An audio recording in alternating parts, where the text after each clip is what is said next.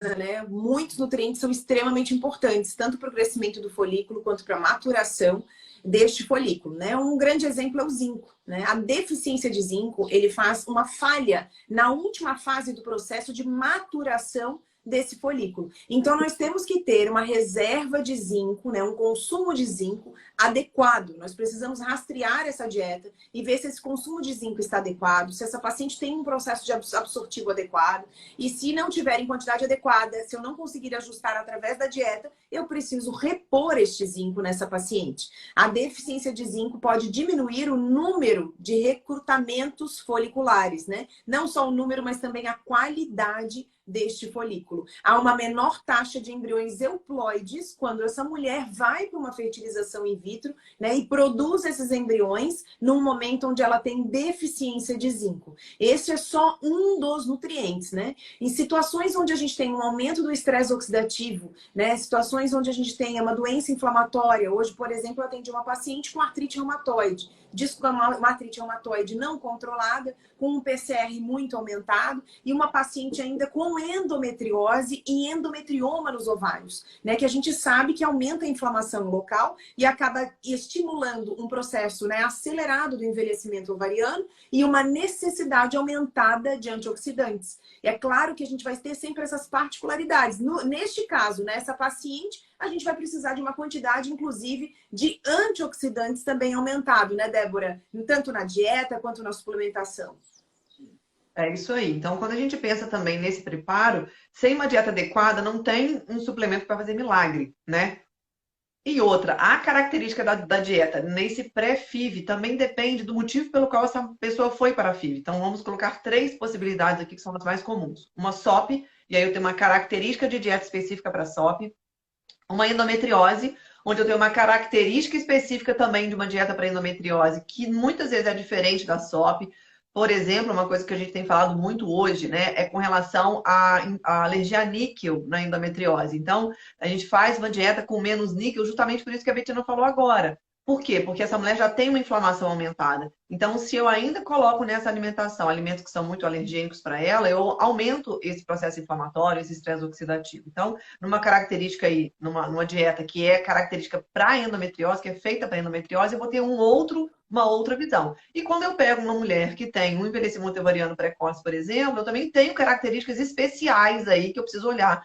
Quando eu penso nessa dieta, por exemplo, quais são os tipos de antioxidantes que eu vou colocar, quais são as fontes, por exemplo, de cálcio e coenzima Q10, né? Então, esses são os aspectos. Eu tenho nutrientes que são importantes para o ovário de forma geral e eu tenho as especificidades do que levou essa mulher à FIV. Se ela tem uma doença prévia ou não. Na maioria dos casos, ela sempre tem alguma alteração anterior à necessidade de um tratamento de reprodução assistida, né?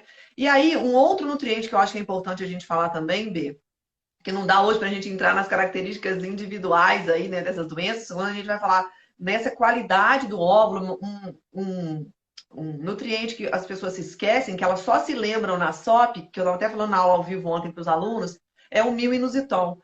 Por quê? Porque o milioinositol ele é importante para a ação do FSH no ovário. Então, às vezes, essa mulher não está conseguindo produzir o hormônio adequado, não é nem porque o ovário em si está com problema, mas ela tem um problema na recepção desse FSH, que vai fazer o estímulo para o amadurecimento do folículo, né? Então, a gente precisa pensar naquilo que aumenta o recrutamento, naquilo que estimula a qualidade e naquilo que estimula também a receptividade, a recepção deste hormônio que estimula o ovário, que no caso é o hormônio folículo estimulante, né? Então, a gente vai pensar aí no zinco, que a Betina falou, mas vamos pensar também no milioinositol, vamos pensar no cálcio. Ontem na aula foi muito interessante, porque uma das nutris que são alunas, ela falou, ai meu Deus, eu tô até com vergonha de falar quanto deu meu cálcio urinário. Meu cálcio urinário deu 35.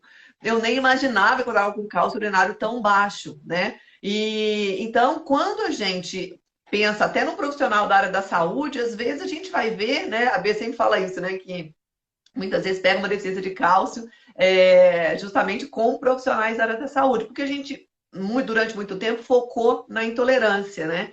E aí, muitas vezes, retira leite derivados porque tem algum processo alérgico, mas a gente, às vezes, esquece de repor o cálcio. E aí, quando a gente vai falar em fertilidade, eu brinco da minha regra do 2, né? Que é 2 vezes ao dia fruta, 2 vezes ao dia vegetal, 2 vezes ao dia proteína boa, e no caso, uma fertilidade, é 2 vezes ao dia fonte de cálcio na dieta.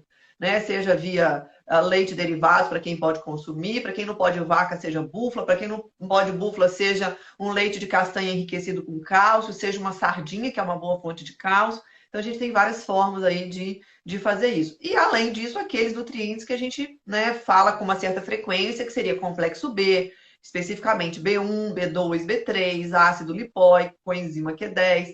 Tudo isso é importante quando a gente vai pensar em saúde do ovário, tá? E, gente, pelo amor de Deus, dormir no horário correto. A melatonina é um dos principais antioxidantes do ovário. Então, ter ritual do sono, diminuir a luz a partir de 7 horas da noite.